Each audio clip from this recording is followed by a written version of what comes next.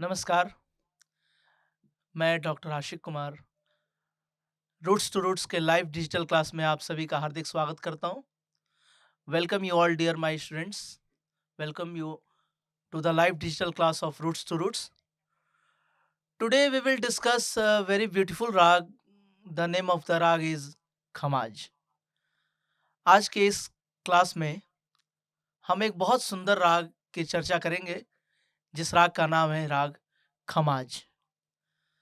हिंदुस्तानी शास्त्रीय संगीत में 10 थाट माने गए हैं, जिनमें से एक थाट है खमाज थाट। हर थाट में, जैसा कि मैंने आपको पहले भी बताया है, कि हर थाट में 7 स्वर होते हैं, सा रे ग म प ध नि। In every thaat there are 7 notes used. हम थाट को गाते नहीं हैं, लेकिन थाट से जो जनित राग है, उस राग का ही हम ख्याल गायन शैली में गायन या वादन करते हैं। तो राग बिलावल, राग भैरव, राग तोड़ी, ये सब अपने-अपने थाट के राग भी माने जाते हैं, और ये अपने-अपने थाट, इनके नाम पर एक थाट भी है, जिसके अंतर्गत कई सारे रागों का निर्माण किया गया है। उसी तरह खमाज थाट एक 10 थाटों में से एक थाट माना गया है।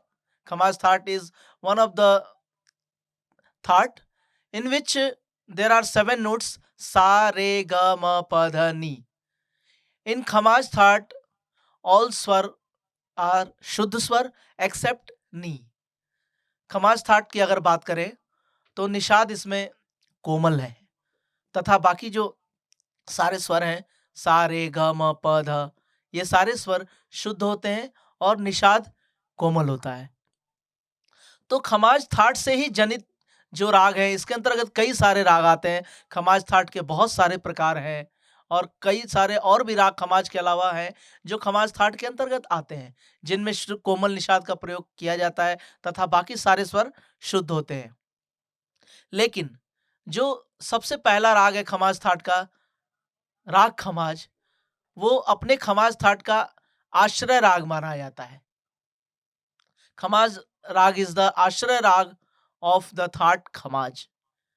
आश्रय राग कहने का मतलब है कि जो थाट के जो स्वर हैं, उसी से जनित जो राग बनता है, उसको उसका आश्रय राग कहा जाता है।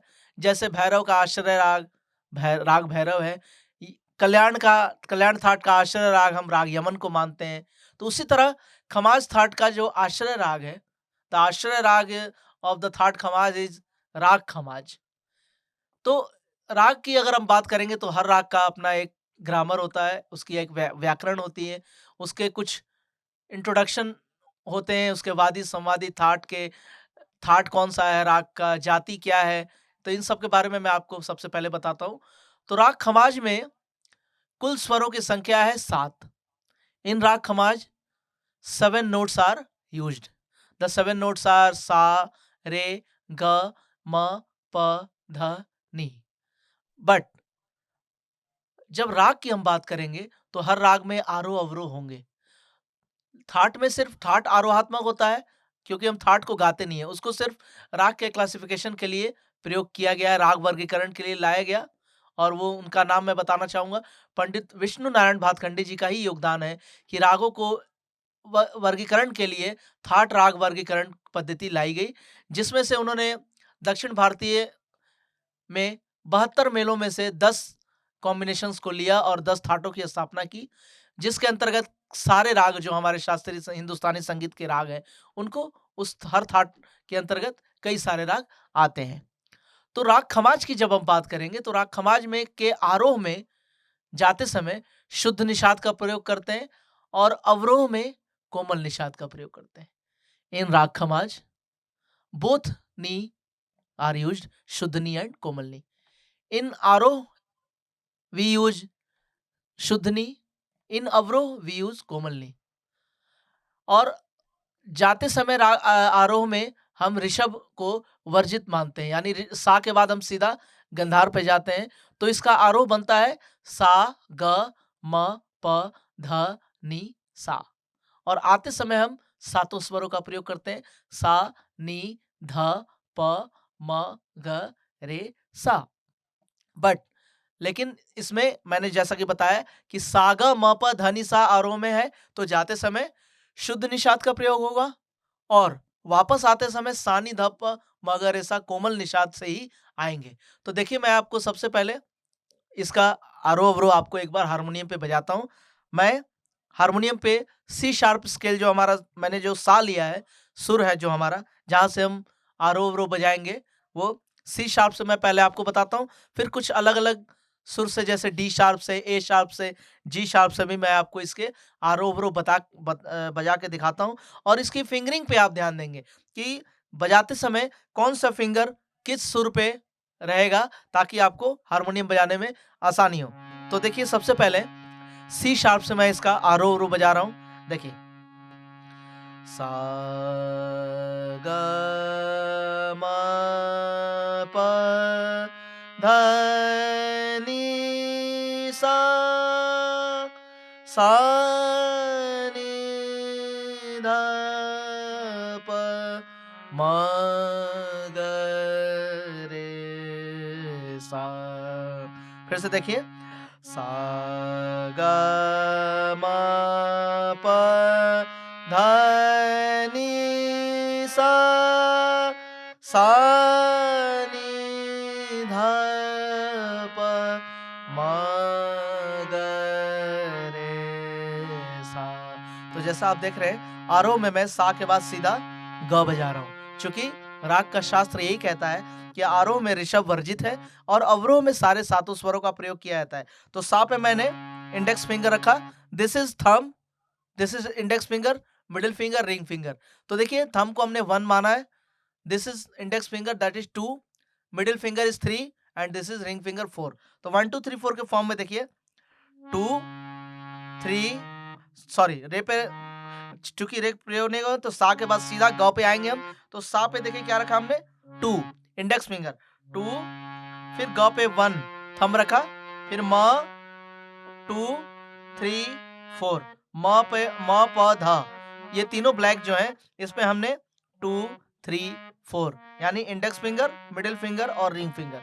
फिर शुद्ध निषाद पे जब आएंगे तो फिर हम थंब का प्रयोग करेंगे और फिर सा पे इंडेक्स फिंगर। अब वापस आएंगे तो कोमल निषाद से आएंगे। तो देखिए सा कोमल नी पे हमने थंब रखा, ध पे रिंग फिंगर, प पे दिस इज मिडिल फिंगर, म पे इंडेक्स फिंगर, ग पे थंब, और चूंकि मैंने बताया अवरोह में रे का प्रयोग होगा तो रे पे मिडिल फिंगर, सा पे इंडेक्स फिंगर।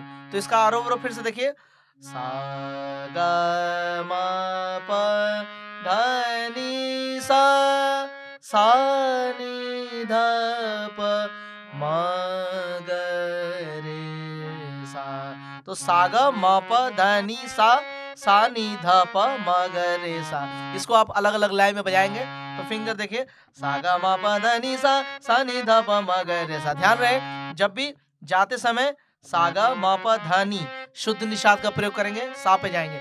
सा पे जाने के लिए हमेशा शुद्ध निषाद से ही जाएंगे, लेकिन जब वापस सा से आएंगे सा नि ध प, सा नि ध प इज कोमल नी। जब भी सा नि ध प का प्रयोग करेंगे राग खमाज में तो कोमल नी का प्रयोग करेंगे। सा नि ध प म ग रे सा। तो सा ग म प ध नि सा सा नि ध प म ग रे सा सा ग म प ध नि सा सा नि ध प म ग रे सा। और हमेशा मैं बताता हूँ कि जो हारमोनियम बजाने का स्टाइल है उसमें आप एक तो जो बैठने की पोजीशन है, हारमोनियम हमारे बिल्कुल ऐसे नहीं होगा। थोड़ा-सा हम हारमोनियम को ऐसे खिसका के रखते हैं क्योंकि इससे आप फिंगर्स का जो रख-रखाव है वो ईज़िली आप मूव कर सकते हैं फिंगर्स को इधर से उधर जब जाना हो। तो इसलिए और ये जो हमें धौंकनी है जिससे कि बाहर से हवा लेकर अंदर की तरफ जो रीड्स लगे रहे होते हैं था, इसको बोलते हैं धौंकनी या इसको भांति भी बोलते हैं हारमोनियम का। इससे हम इसमें छोटे-छोटे जो छिद्र बने होते हैं, होल्स बने होते हैं, इसी से हम बाहर का हवा लेते हैं। और ये जो अंदर जो मेटल्स के रीड बने होते हैं, हारमोनियम में हर स्वर के लिए अंदर एक मेटल का रीड लगा हुआ है जिसको बोलते हैं रीड, और वो धातु के बने होते हैं, मेटल के बने होते हैं। तो हवा पहले बाहर की धौंकनी से अंदर की धौंकनी, अंदर भी एक तरह का धौंकनी बना हुआ है जो अभी आपको नहीं दिखाई दे रहा है, और उस धौंकनी से अंदर के धौंकनी का काम ये रहता है कि बाहर की हवा को अंदर ले गए और अंदर से उतना ही हवा रीड पे आए जितने की उसकी रिक्वायरमेंट है। नहीं तो अगर पूरे हवा को हम सीधा डायरेक्ट लेंगे तो क्या होगा, हारमोनियम के ये जो भांति फटने के भी चांसेस ज़्यादा होंगे अगर हवा इसमें ज़्यादा भर जाए तो आपको हवा अकॉर्डिंग टू साउंड रिक्वायरमेंट जितनी वॉल्यूम आपको चाहिए उतना ही हवा इसको देखिए, धीरे-धीरे मैं कितना धीरे-धीरे पुश कर रहा हूँ। और जब भी हारमोनियम को बंद करना हो तो आपको कीज दबा के, क्योंकि इसकी आस बनी रहती है जब तक, देखिए कितनी देर तक, कम से कम 10 सेकंड तक, उसके बाद आप बंद करते हैं। ठीक है, तो ये तो मैंने आपको बताया हारमोनियम के बजाने का तरीका। उसके बाद जो भी आप आरो ब्रो या जो भी बजाते हैं उसके जो फिंगर्स के टिप जो होते हैं ऊपर, ये इससे उसको यहाँ पे आराम से पुश करेंगे और ध्यान रहे कि बजाते समय इसके सुर के अलावा और कुछ भी साउंड सुनाई ना दे। जैसे देखिए अभी मैं बजा रहा हूँ तो ये सुनाई दे रहा होगा, ठक ठक की आवाज जो आ रही है, तो ये जहां तक दबेगा, अगर वहां तक आप दबाएंगे तो फिर ये खटखट की आवाज आएगी, लेकिन आपको उतना दबाने की जरूरत ही नहीं है। साउंड के लिए आपको हल्का सा पुश किया, साउंड मिला आपको। तो देखिए अब मैं बजा रहा हूं तो किसी तरह का एक्स्ट्रा साउंड आपको नहीं आ रहा है। सॉफ्टली बजाना है आपको जब भी बजाना है, और हाथों का हमेशा इस तरह से आप रख रखाव करेंगे। जब भी हारमोनियम बजाएंगे तो ऐसे नहीं करके हाथ को थोड़ा सा इस तरह से मोड़ दिया, और ये जो टिप है इस टिप से आप सारे कीज को अच्छे से बजाएंगे। और जो फिंगर्स जिस की पे रखना है उसको ध्यान रखेंगे। तो सा ग म प ध नि सा नि ध प म ग रे सा, ये इसका आरोह हुआ। अब देखिए ये तो मैंने सी शार्प से बजाया पहला काला से। अगर हम स्केल चेंज करते हैं, सुर चेंज करते हैं सा, तो आप देखिए डी शार्प, अब आपने सा क्या लिया, डी शार्प, तो डी शार्प के लिए सारे स्वर बदल जाएंगे कीज। तो इससे क्या हो जाएगा, सा ग म प ध नि सा नि ध प म ग रे सा। तो देखिए सा पे हमने इंडेक्स फिंगर रखा, ग पे थंब, म प 2 3, फिर ध पे और नी सा पे, ध नी सा पे क्या रखा, 1 2 3। वापस आएंगे तो सा नी ध प, सा नी, middle finger, index finger, thumb, सा नी ध, प पे फिर आपको रिंग फिंगर रखना है, प म ग रे। प म ग रे का है 4 3 2 1, ring finger, middle finger, index finger, thumb, then सा पे आपको मिडिल फिंगर रखना है। तो देखिए पहले काले का जो फिंगरिंग था वो डी शार्प यानी दूसरे काले पर नहीं होगा, क्योंकि उसके अकॉर्डिंग सारे कीज बदल गए। तो दूसरे काले से क्या है, सा ग म प ध नि सा नि ध प म ग रे सा ग म प ध नि सा नि ध प म ग रे सा ग म प ध नि सा नि ध प म ग रे सा ग म प ध नि सा नि ध प म ग रे सा ग म प ध नि सा नि ध प म ग रे सा। तो इस प्रकार सही फिंगरिंग क्यों फायदेमंद है, जब आप उसको स्पीड में बजाएंगे तो किसी तरह का रुकावट आपको नहीं आएगा। देखिए बिल्कुल स्मूथ तरीके से आप बजा पाएंगे। अगर आप फिंगर को इसे ऐसे रखेंगे या ऐसे रखेंगे फिर आपको प्रॉब्लम होगी। जब आप फास्ट बजाएंगे, द्रुत लय में बजाएंगे किसी चीज को, तो आप नहीं बजा पाएंगे। तो मैंने आपको डी शार्प से सी शार्प से बजाया, इसका आरोह आप ध्यान दीजिएगा। हाँ, तो उसके बाद राग खमाज की थोड़ी सी इंट्रोडक्शन के बारे में अगर बात करें तो इसका, चूंकि मैंने आपको बताया इन राग खमाज, इन आरोह ऋषभ इस वर्जित, ऋषभ को हम छोड़ देते हैं, और तो इसकी जाति क्या बनेगी आरोह में। आरोह में 6 स्वर का प्रयोग किया तो शाडव जाति आरोह में, और अवरोह में 7 स्वर का प्रयोग है तो संपूर्ण। दैट मीन्स शाडव संपूर्ण इज द जाति ऑफ राग खमाज। राग खमाज की जाति के बारे में बात करें तो शाडव संपूर्ण इसकी जाति है। शाडव मीन्स 6 स्वर, संपूर्ण मीन्स 7 स्वर। तो जाते समय 6 स्वर और आते समय 7 स्वर, इसलिए शाडव संपूर्ण राग खमाज की जाति है। उसके बाद द वादी स्वर of the raag Khamaj is Gandhar and the samvadi swar of राग खमाज इज निषाद। तो गंधार और निषाद इसके वादी एवं संवादी हैं। अगर गंधार और निषाद की बात करें, देखिए वादी और संवादी में हमेशा 9 से 13 श्रुतियों का फर्क होना बहुत जरूरी है।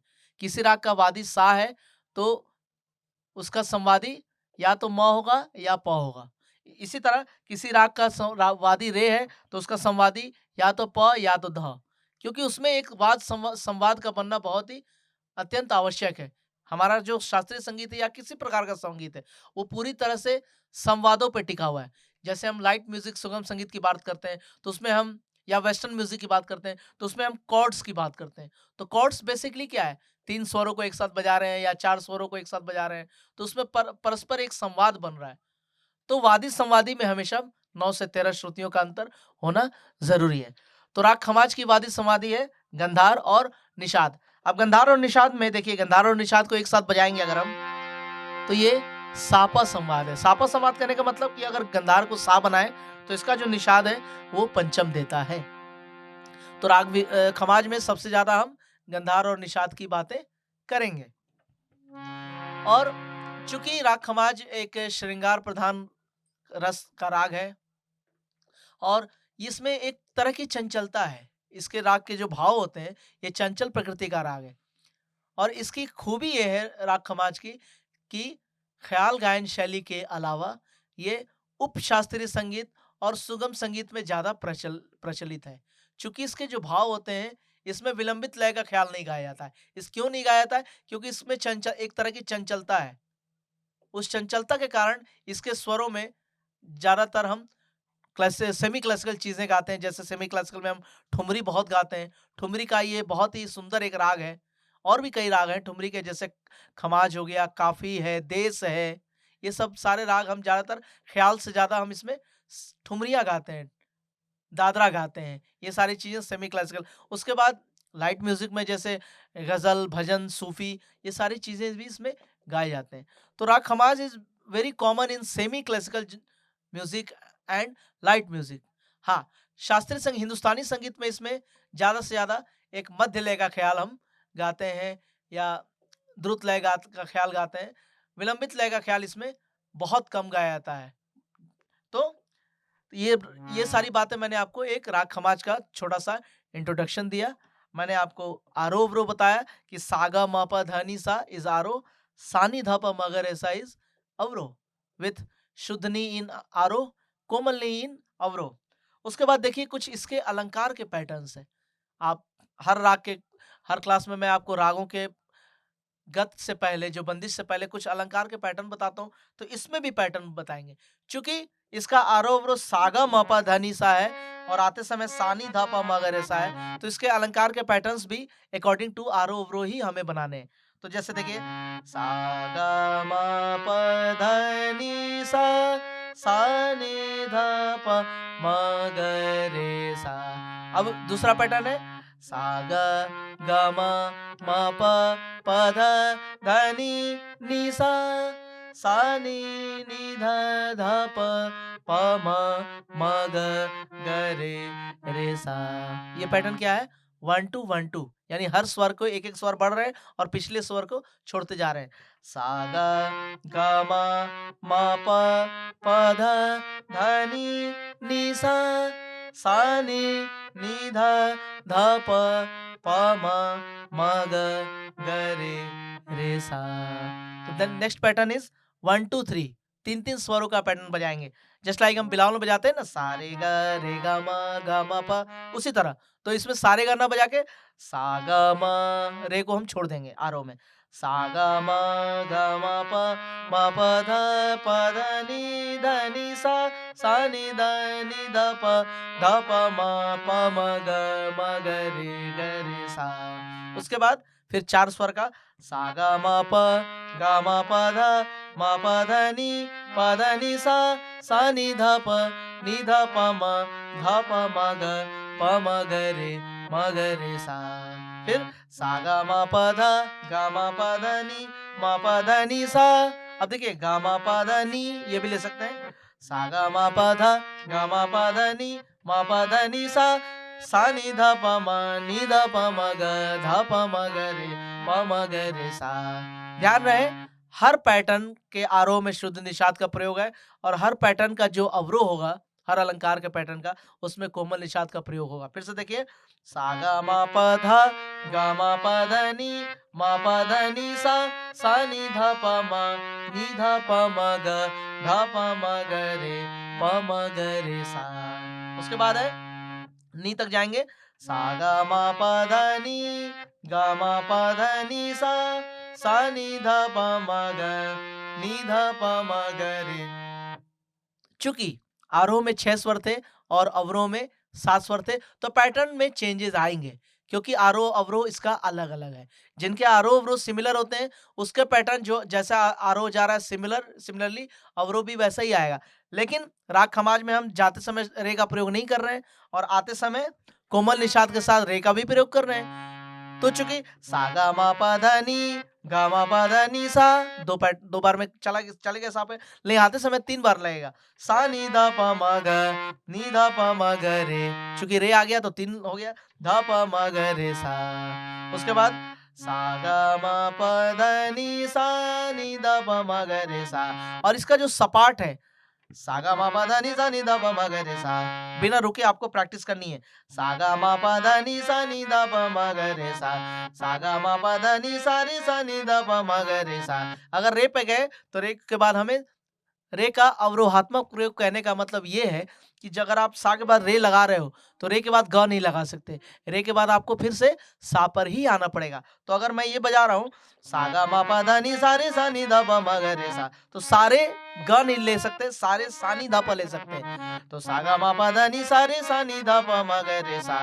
उसके बाद सा गा मा पा धा नी सा ग रे सा नी ध प म ग रे सा गा मा पा धा नी सा ग रे सा नी ध प म ग रे सा। तो आपको सा से सा, फिर सा से ग, सा से म, तार सप्तक के सारे स्वर तक आपको सपाट बजाने की प्रैक्टिस करनी है, जस्ट लाइक दैट। पहले देखिए सा से सा ग म प ध नी सा नी ध प म ग रे सा। अब ग तक जाएंगे, सा ग म प ध नी सा ग रे सा नी ध प म ग रे सा। अब म तक जाएंगे, सा से सा ग म प ध नी सा ग म ग रे सा नी ध प म ग रे सा। फिर से देखिए म तक, सा ग म प ध नी सा ग म ग रे सा नी ध प म ग रे सा। फिर प तक, सा ग म प ध नी सा ग म प म ग रे सा नी ध प म ग रे सा। फिर से देखिए, सा ग म प ध नी सा ग म प म ग रे सा नी ध प म ग रे सा। तो उसी तरह सा ग म प, आप सपाट का मतलब ही है कि सीधा सीधा गए और बिना रुके हुए, आपको रुकना कहीं पे नहीं है, सीधा सा से शुरू किया और सा पे ही खत्म किया, बीच में कहीं स्टॉपेज नहीं देना है, आपको रुकना नहीं है। तो इसका मतलब होता है सपाट। सपाट की प्रैक्टिस जब हम करते हैं, तो जब हम राग में सरगम वगैरह बजाते हैं, गा मा पा धा नी सा नी ध प म ग रे सा नी सा रे सा नी ध प म ग रे सा गा मा पा नी सा गा मा पा धा नी ध प गा मा पा धा नी ध प धा नी सा रे सा नी ध प म ग रे सा पा नी सा रे सा नी ध प म ग रे सा ग म प म ग रे सा नी ध प म ग रे सा नी गा मा पा धा नी सा नी ध प म ग रे सा नी ध प म ग रे सा। तो जब आप राग के बंदिश के साथ जब सरगम लयकारी वगैरह करेंगे, तो वहां पे आप इन सपाट सरगमों का प्रयोग करते हैं। सा ग रे म ग प म ध प नी ध सा नी रे सा रे नी सा ध नी प ध म प ग म रे ग सा रे नी सा। ये वक्र है, वक्र मीन्स उल्टा। सा ग रे म ग प म ध प नी ध सा नी रे सा, उल्टा सा रे नी सा ध नी प ध म प ग म रे ग सा रे नी सा। फिर से देखिए, सा ग रे म ग प म ध प नी ध सा नी रे सा रे नी सा ध नी प ध म प ग म रे ग सा रे नी सा। तो इस तरह से कुछ पैटर्न्स आपको प्रैक्टिस करनी है। एक बार सारे पैटर्न्स मैं हारमोनियम के साथ फिर से बजा रहा हूँ और स्लो लय में बजा रहा हूँ, आप ध्यान दीजिए। सबसे पहला पैटर्न था सीधा आरोह अवरोह, सा ग म प ध नी सा नी ध प म ग रे सा। सेकंड पैटर्न था दो स्वरों को लेके, सा ग ग म प ध नी सा नी ध प म ग रे सा। उसके बाद 3 स्वरों को लिया हमने, सा ग म प ध नी सा नी ध प म ग रे सा। फिर 4 स्वरों के पैटर्न, सा ग म प ध नी सा नी ध प म ग प म ग रे म ग रे सा। उसके बाद फिर देखिए सा गा मा पा धा, गा मा पा धा नी, मा पा धा नी सा। 5 स्वरों का पैटर्न लिया। सा नी धा पा मा, नी धा पा मा ग, धा पा मा ग रे, पा मा ग रे सा। फिर 6 स्वर सा गा मा पा धा नी, गा मा पा धा नी सा, सा नी धा पा मा ग, नी धा पा मा ग रे, धा पा मा ग रे सा। उसके बाद वक्र स्वरों का पैटर्न सा ग रे मा धा पा मा धा पा नी धा सा नी रे सा, सा रे नी सा धा नी पा धा मा पा गा रे गा सा रे नी सा। फिर से देखिए, फिंगर्स का ध्यान दीजिएगा।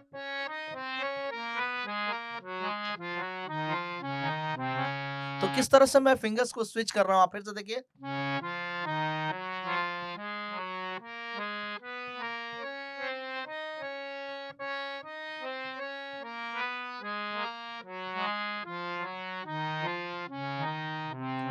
इस तरह से आप अलंकार के पैटर्न हर राग में, मैं कहता हूं हर राग में सेम फिंगरिंग के साथ, जो भी फिंगर्स जिस तरह से मैं यूज कर रहा हूं, जिस तरह से बता रहा हूं, आप बस ध्यान ये देना है कि देखिए, शास्त्रीय संगीत में हम किसी राग को 1 घंटे बजा रहे हैं, उसके आलाप कर रहे हैं, सरगम कर रहे हैं, लयकारी कर रहे हैं, और आलाप और सरगम लयकारी बंदिश को अगर छोड़ दिया जाए तो सारी चीजें हमारी उसी समय हम ऑन द स्पॉट क्रिएट करते हैं। इसीलिए इसका नाम ख्याल शैली है। यानी जो मन में चलता जा रहा है हम राग से रिलेटेड, उसकी गायकी या उसके जो सरगम तान है, पलटे हैं, अलंकार, उसको हम खुद उसी समय क्रिएट करते हैं।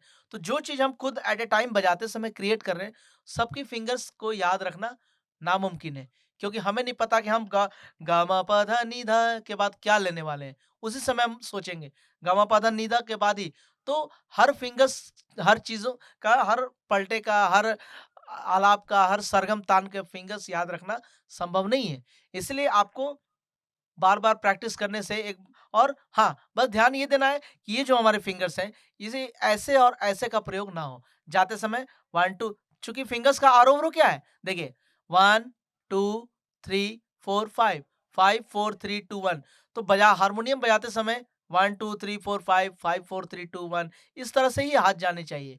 जिस तरह से फिंगर्स का आरोह-अवरोह है, उसी तरह से हम, चूँकि हमारे हारमोनियम में 2 तरह के कीज़ हैं, ब्लैक एंड व्हाइट। तो व्हाइट कीज़ पे ज़्यादातर हम, तो ब्लैक एंड व्हाइट का अलग-अलग कॉम्बिनेशंस जिस तरह से बनाते हैं हम हर राग में, अकॉर्डिंग टू द राग, उसी पे डिपेंड करता है कि कौन से स्वर पे हम किस तरह का, कौन सा फिंगर्स आलाप बजाते समय या सरगम बजाते समय हम किस तरह का फिंगर्स किस राग में किस समय करेंगे। ये टोटली डिपेंड करता है कलाकार पे। हाँ, लेकिन शुरुआत के जो बेसिक्स कुछ चीजें हैं वो मैंने आपको बताया कि जो अगर आप सी शार्प से राग खमाज का आरोह अवरोह बजाएंगे या उसके कुछ पलटे बजाएंगे अलंकारों के, तो उसके क्या फिंगर्स होने चाहिए मैंने आपको बजा के दिखाया। अब देखिए, जैसे ये 2 3 तरह के ब्लैक कीज हैं हारमोनियम में। ये पहले काला के लिए ये मौपा धा है, दूसरा काला के लिए ये कोमल ग मौपा है, तो ये पांचवा काला के लिए ये धानी सा है। तो अलग अलग सुर के लिए ये तीनों अलग अलग हो जाएंगे, लेकिन कीज तो चूंकि ब्लैक है, तो ये हर समय आप इसको जब बजाएंगे तो ये हमेशा ये तीनों ब्लैक 2 3 4 ही रहेगा, चाहे वो धानी सा हो या पाधानी हो, वॉटेवर। उसी तरह ये जो दो एक साथ ब्लैक आप देख रहे हैं, सारे, पहले काले के लिए ये सारे हैं, दूसरे काले के लिए ये निशा है, कोमल नी, पांचवे काले के लिए ये कोमल ग म है, चौथे काले के लिए जी शार्प के लिए ये मौपा है। लेकिन ये दोनों जो नोट्स हैं, इसमें हमेशा 2 3 का प्रयोग हम ज्यादातर करते हैं। 2 3 2 3, उसी तरह 2 3 2 3 4। तो कुछ ये जिस भी राग में अगर तीनों एक साथ आएंगे तो हमेशा आप इसको, ये इसकी प्रैक्टिस करें। 1 2 3 1 2 3 1 2 3 1 2 3 3 2 1 3 2, आना जाना, इसको एकदम फ्री स्टाइल। उसी तरह ये राग, तो ये आपको किसी भी राग में जहां भी मिले ये तीनों स्वर कीज एक साथ, तो इसका फिंगरिंग आपको हमेशा 2 3 4 ही रखना है। चाहे वो राग यमन हो, भैरव हो, बिलावल हो, कोई भी राग में अगर ये तीनों कीज एक साथ प्रयोग कर किए जा रहे हैं तो उसके फिंगर्स 2 3 4 ही होंगे, और इसके क्या होंगे 2 3। ठीक है बच्चों, तो यहाँ तक तो बात हो गई राग खमाज का जो संपूर्ण परिचय हो गया, उसके अलंकार हो गए, आरोह अवरोह हो गए, और अलंकारों के मैंने आपको पैटर्न्स सी शार्प से बजा के दिखाया, आरो ओरो मैंने डी शार्प से भी बजाया। लेकिन आप सबसे पहले किसी एक कीज को, या अगर आप सी शार्प को सामान के बजा रहे हैं या तो उससे प्रैक्टिस कीजिए।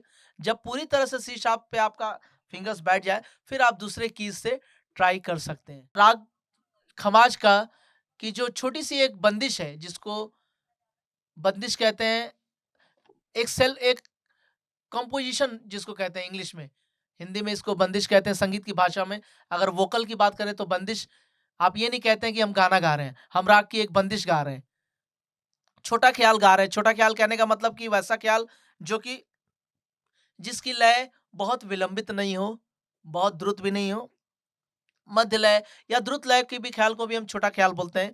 ठीक है, तो मैं जो आपको आज बंदिश सिखाने जा रहा हूँ, इंस्ट्रूमेंट का ये गत भी है। इंस्ट्रूमेंट में जब इसको बजाते हैं तो इसको गत बोलते हैं, गत। When you play in any kinds of instrument और हारमोनियम, तो हारमोनियम पे आप बोलेंगे कि हम एक गत आपको सुना रहे हैं। जब वोकल वाले कोई गाते हैं कोई चीज तो वो उसको कहते हैं बंदिश।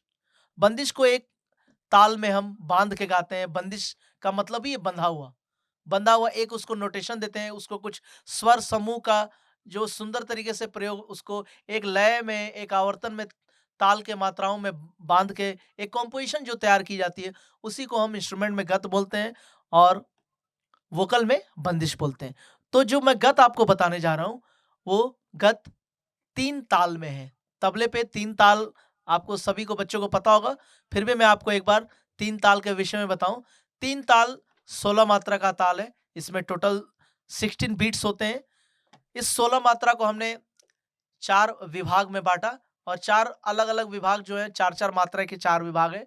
4 4 जा कितने हुए 16, और सभी विभाग बराबर मात्रा के, 4 4 4 4, 3 ताल। इसलिए थोड़ा-सा ये हर तालों की अपेक्षा थोड़ा ईज़ी है, क्योंकि इसमें एक इक्वल डिवीज़न जो है, वो गैप जो है बराबर का, वो एक दिमाग में तुरंत सेट हो जाता है। बाकी कई सारे ताल ऐसे हैं जिनके अलग-अलग जो विभाग है, अलग-अलग मात्राओं के हैं, तो वो थोड़े से उसको उस पे काबू कंट्रोल करना मुश्किल होता है। तो 3 ताल में 16 मात्रा है, 4 विभाग हैं, 4-4 मात्रा के 4 विभाग हैं। पहली मात्रा को, ताल की जो पहली मात्रा है उसको हम बोलते हैं सम, और जहाँ पे खाली होती है उसको हम बोलते हैं 0 से डिनोट करते हैं। सम को हम लिखते समय क्रॉस से डिनोट करते हैं। तो 3 ताल में 3 जगह पे ताली है। पहली मात्रा, 5वीं मात्रा और 13वीं मात्रा पे ताली है, और 9वीं मात्रा पे खाली है। इसको हम 3 अलग-अलग लय में बजा सकते हैं। तो सबसे पहले थोड़ा-सा मैं आपको विलंबित लय, जो कि लय का मतलब कि स्पीड, किस लय में, किस स्पीड में आप इसको बजा रहे हैं। तो तबले के बोल क्या है 3 ताल में, अब पहले मैं एक बार हाथ पे करके दिखाता हूँ, उसके बाद हमारे साथ जो तबले पे सर है वो आपको डेमोन्स्ट्रेट करके बताएंगे कि 3 ताल तबले पे क्या बोलते हैं, कैसे बोलते हैं, बजाते हैं। तो सबसे पहले देखिए 3 ताल हाथ पे, 1 2 3 4 5 6 7 8 9 10 11 12 13 14 15 16 1। सम से शुरू किया, सम पे ही खत्म किया। अब तबले के बोल क्या है इस पे देखिए, मैं इस पे भी कर रहा हूँ और तबले वाले सर आपको तबले पे ये इसके बोल बजा के सुनाएंगे। ठीक है, मैंने पहली मात्रा 5वीं पे 13 पे ताली किया और 9 पे खाली। तबले के बोल देखिए, धा धिन धिन धा धा धिन धिन धा धा तिन तिन ता ता धिन धिन धा। अगेन, धा धिन धिन धा धा धिन धिन धा धा तिन तिन ता ता धिन धिन धा धा। तो ये 3 ताल होगी। अब इसको हम अलग-अलग लय में थोड़ा सा देखिए, थोड़ा सा लय बढ़ा के, धा धिन धिन धा धा धिन धिन धा धा तिन तिन ता धा धिन धिन धा धा धिन धिन धा धा धिन धिन धा धा तिन तिन ता ता धिन धिन धा धा। तो जो इसके बोल है, धा धिन धिन तिन ता तिन तिन, ये सब सारे जो अक्षर हैं वो तबले के बोल को सुन के डेवलप किए गए कि हाँ, इसका जो साउंड है तिन की तरह साउंड आ रहा है, इसका जो साउंड है धिन की तरह आ रहा है। कोई जब आप धा बजा रहे हैं दोनों को तो धा की तरह, तो उसी तरह वो जब आप साउंड आ रहा है कानों पे, उस तरह से पढ़ रहा है, तो हम उस तरह से उसको हमने तबले के बोल बना दिए, ताकि पढ़ने लिखने वालों को ये समझ में आए कि ये क्या चल रहा है। तो जब बंदिश हम बजाते हैं तो ताल के किसी भी मात्रा से हम बंदिश को स्टार्ट कर सकते हैं। वो बंदिश बनाने वाले पे निर्भर करता है कि उसने बंदिश कहाँ से, कैसी बंदिश बनाई है और कहाँ से स्टार्ट हो रही है। तो ये जो बंदिश है, ये बंदिश 3 ताल में 9वीं मात्रा से स्टार्ट होगी। 9वीं मात्रा को बच्चों बोलते हैं खाली, यानी धा धिन धिन धा, धा धिन धिन धा के बाद धा तिन तिनता जो है वो 9, 10, 11, 12 है, और यहीं से हमारी बंदिश शुरू होती है। चूंकि हारमोनियम पे हम सिर्फ स्वर को ही बजाएंगे, तो मैंने आपको उसके गत के नोटेशन को मैं आपको गा के भी और हारमोनियम पे बजा के भी आपको दिखा रहा हूँ। आप हारमोनियम पे ध्यान दीजिए कि सबसे पहले इस गत में 4 लाइन है, 2 लाइन अस्थाई की है, 2 लाइन अंतरे की। ठीक है, देखिए, धा धिन धिन धा, धा धिन धिन धा, सा सा नी नी ध प ध म ग, ग म प ध नी नी सा सा, सा सा नी नी ध प ध म ग, ग म प ध नी नी सा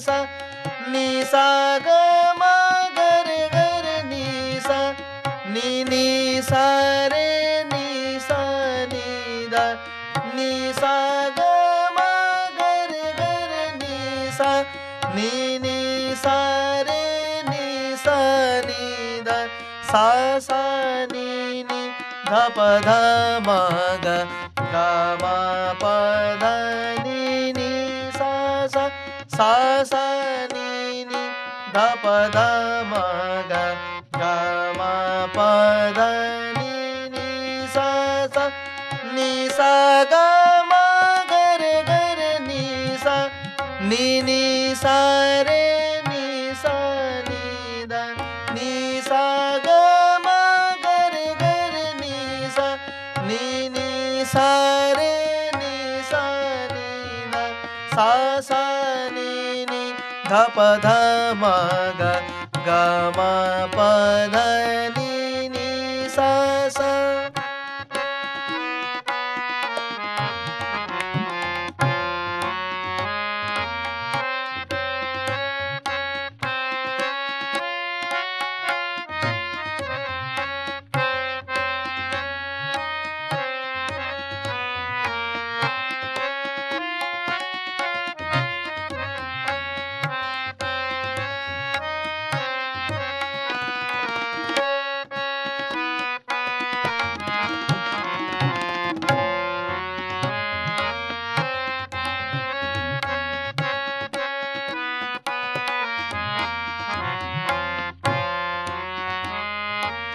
अब अंतरा देखिए, ग म नि द नि सा नी सा सा, नी नी सा रे नी सा नी द, ग म नि द नि सा नी सा सा, नी नी सा रे नी सा नी द, नी सा ग म ग रे ग रे नी सा, प नी सा रे नी सा नी द, नी सा ग म ग रे ग रे नी सा, नी नी सा रे नी सा नी द, ग म नि द नी सा नी। अंतरा भी खाली से शुरू हो रहा है, फिर से देखिए,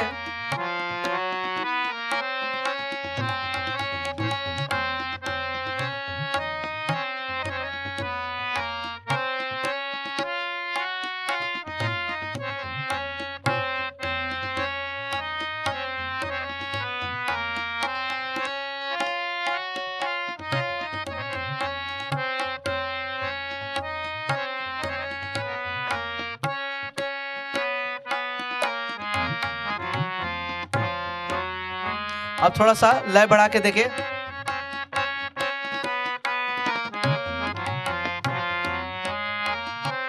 फिंगर्स पे ध्यान दीजिए,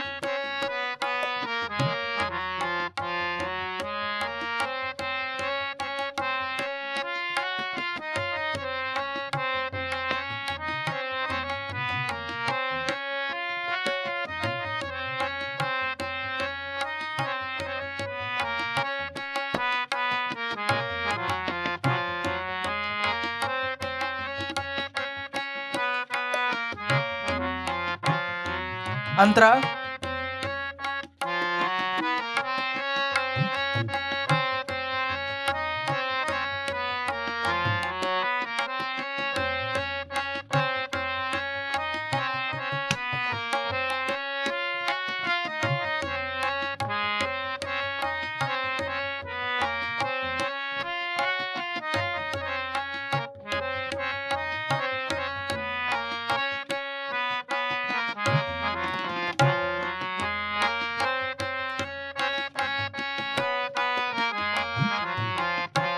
तो इस तरह से बंदिश हम बजाते हैं। 4 लाइन मैंने बताया, अस्थाई में 2 लाइन और अंतरे में 2 लाइन।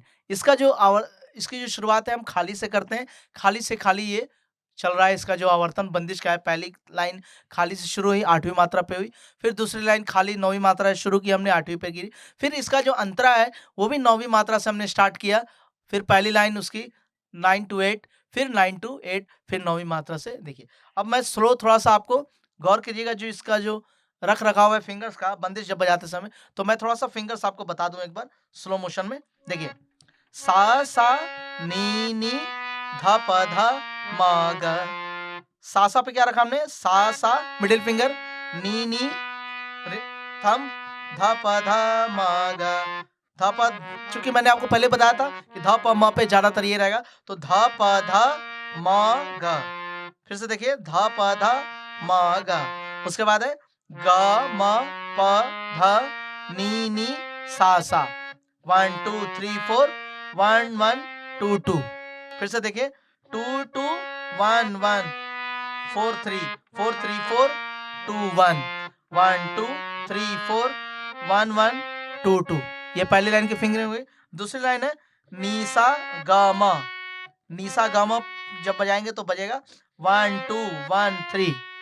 नीसा ग म 1 2 1 3, 1 thumb, 2 index finger, 1 is thumb and म पे फिर हमने मिडिल फिंगर रखा, तो 1 2 1 3।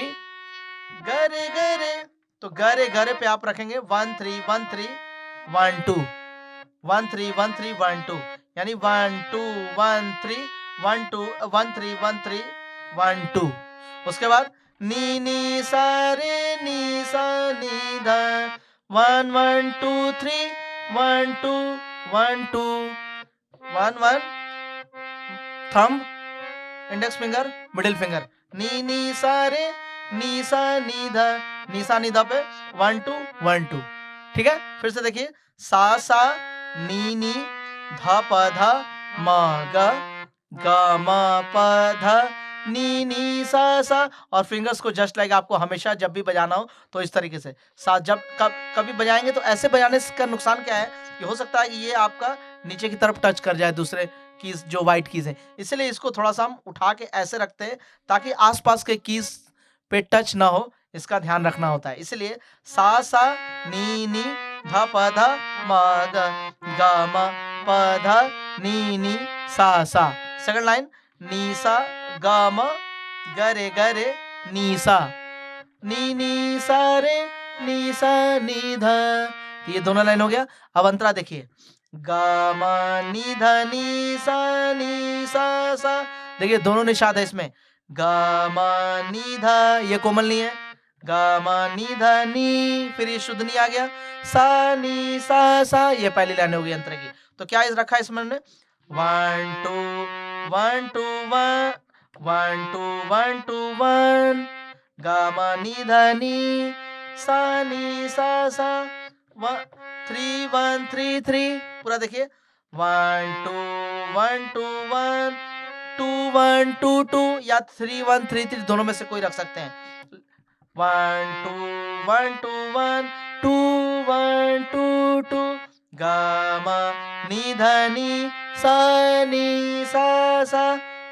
उसके बाद है नी नी सा रे नी सा नी ध, 1 1 2 3 1 2 1 2। अब पूरी लाइन है ग म नी ध नी सा नी सा रे। सारे जब भी बजाएंगे तो ये नी सा रे नी सा नी ध। अंतरे की सेकंड लाइन है नी सा ग म, जस्ट लाइक अस्थाई, नी सा ग म सा, 1 2 1 3 1 3 1 3 1 2। उसके बाद पानी सा रे नी सा नी धा, पानी 2 1 2 3 1 2 1 2, पानी सा रे नी सा नी धा, तो नी सा ग मा ग रे ग रे नी सा, पानी सा रे नी सा नी धा। ये इसके अंतरे के और अस्थाई और अंतरे के मैंने आपको फिंगर्स बताए। एक बार मैं आपको फिर से पूरा बंदिश, अस्थाई और अंतरा बजा रहा हूँ। दो तरह की लय में बजाऊंगा, पहले थोड़ा सा विलंबित में बजाऊंगा और फिर थोड़ा सा स्पीड बढ़ा के बजाऊंगा। आप ध्यान दीजिए हारमोनियम पे। एक बार फिर से, धा धिन धिन धा, धा धिन धिन धा।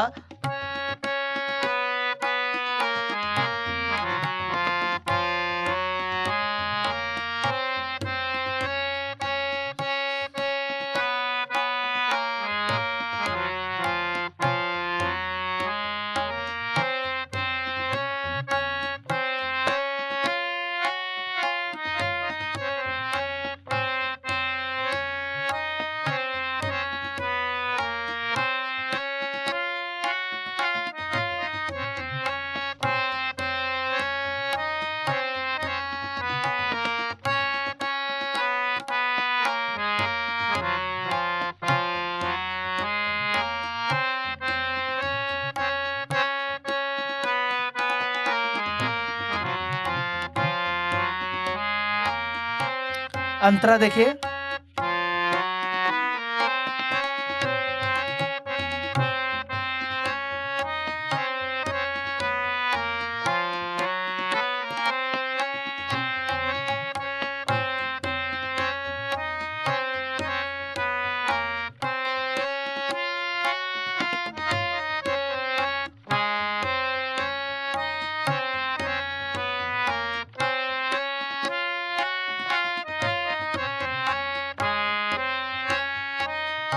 अब लय बढ़ा के, थोड़ी सी लय मैंने बढ़ा दी।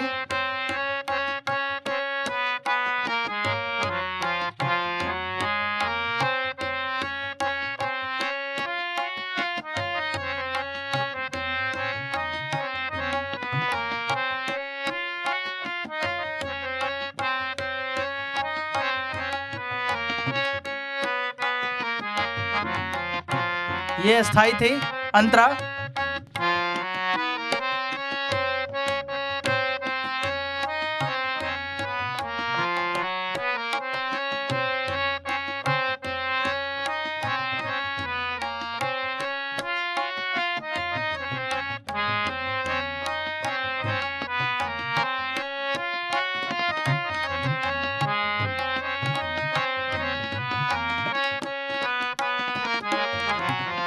इसको तिहाई लगा के खत्म कैसे करेंगे, देखिए, सा सा नी नी ध प ध म ग ग म प ध नी नी, तिहाई सा सा नी नी ध प ध म ग, सा सा नी नी ध प ध म ग, सा सा नी नी ध प ध म ग, ग म प ध नी नी सा सा। तो ये जो गायकी का या वादन का पहला चरण है कि हम उसके अलंकार को बजाएं पहले, उसके आरोह अवरोह और हर तरह के अलंकार के पैटर्न्स अलग अलग स्वरों से बजाएं, सी शार्प से, डी शार्प से, या जो भी आप जिस स्वर से आप गाते हो, जिस जो भी आपका आधार, जो भी आपका सा है उस सा से बजाएं।